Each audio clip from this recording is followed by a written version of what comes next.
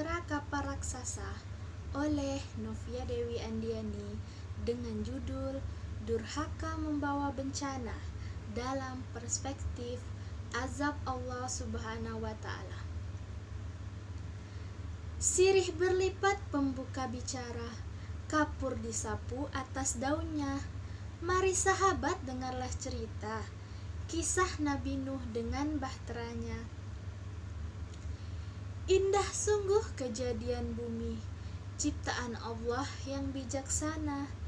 Cerita saya pada kali ini, kisah kesabaran Nabi Nuh kepada kaumnya. Salam dihulur pembuka bicara, senyum diukir tanda mesra. Di dalam Al-Quran kisahnya tertera, Nabi Nuh berdakwah kepada kaumnya.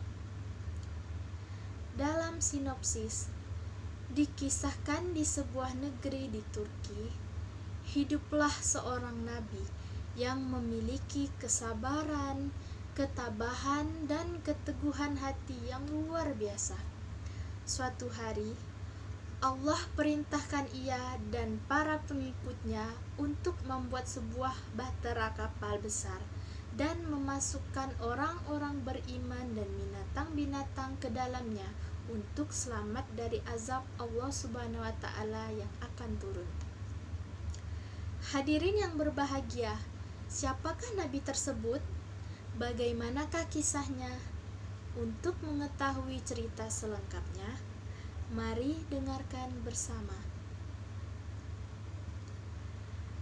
Kisah ini bermula di negeri Turki. Saat itu, hiduplah orang-orang soleh yang begitu dicintai oleh kaumnya. Ketika meninggal, mereka membuat patung untuk disembah. Allah tidak membiarkan semua tersesat tanpa petunjuk. Maka Allah Subhanahu wa Ta'ala menunjuk Nabi utusannya untuk mengingatkan kaumnya agar meninggalkan penyembahan berhala dan kembali menyembah Allah Subhanahu wa Ta'ala. Nabi Nuh namanya. Beliau adalah cucu dari Nabi Idris. Umurnya panjang, sekitar 950 tahun, yang memiliki kesabaran, ketabahan, dan keteguhan hati yang luar biasa. Nabi Nuh adalah Rasul Allah Subhanahu wa Ta'ala yang pertama. Nabi Nuh mulai berdakwah kepada kaumnya dan mengajak mereka untuk memohon ampun atas segala dosa-dosanya dan kembali menyembah Allah Subhanahu wa Ta'ala agar tidak terkena azab yang akan diturunkan. Namun, hanya sebagian kecil saja dari kalangan orang fakir yang mau mengikutinya. Orang-orang dari kaumnya yang derajatnya tinggi menolak dakwah Nabi Nuh dan menghina, mencela, serta memusuhinya dengan nyata. Bahkan anak dan istrinya pun ikut menolak dakwahnya. Suatu hari, Nabi Nuh berbicara kepada kaum kafir tentang azab yang akan Allah Subhanahu wa Ta'ala turunkan. Tetapi mereka tidak percaya dan berkata, "Nuh, sudahlah berbicara. Percuma kami tidak akan percaya. Sekarang begini saja, datangkan azab itu pada kami. Jika kau memang benar, kami yakin tidak akan ada azab yang akan menimpa kami karena kelakuan kami. Kau hanya berdusta. Hahaha."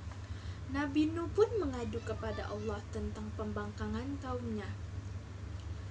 "Tuhanku, musnahkanlah seluruh orang durhaka itu dari muka bumi. Mereka hanya membuat kerusakan dan melahirkan anak-anak yang durhaka." Kemudian Allah memerintahkan Nabi untuk membuat kapal yang besar bersama pengikutnya yang terbuat dari kayu. Ejekan kaum Nuh semakin menjadi melihat pembuatan kapal itu. Terasa bagi mereka sangat aneh, apalagi mereka tinggal jauh dari laut. Seraya kaum kafir berkata, "Lihatlah, terbukti bahwa Nuh gila. Hahaha. Apa itu? Buat kapal ya? Untuk berlayar di hutan? Hahaha." Nabi Nuh dan para pengikutnya bersabar dan tetap tekun menyelesaikan kapal itu, dan akhirnya kapal besar itu selesai. Kemudian Allah memerintahkan untuk mengumpulkan binatang-binatang sepasang-sepasang, jantan dan betina. Semua diangkut ke dalam kapal bersama orang-orang beriman, termasuk keluarga Nabi Nuh, kecuali istri dan salah satu anaknya yang bernama Kan'an. Sementara itu, langit menjadi gelap, angin bertiup kencang, petir menggelegar, hujan turun sangat lebat dari dalam tanah, memancar air yang sangat deras. Dengan cepat, air membanjiri, makin lama makin tinggi, menenggelamkan rumah, pohon-pohon, dan tentu saja orang-orang di luar kapal Nabi Nuh. Ketika Nabi Nuh melihat sekelilingnya dari atas, tampak putranya Kan'an sedang menyelamatkan diri dari banjir.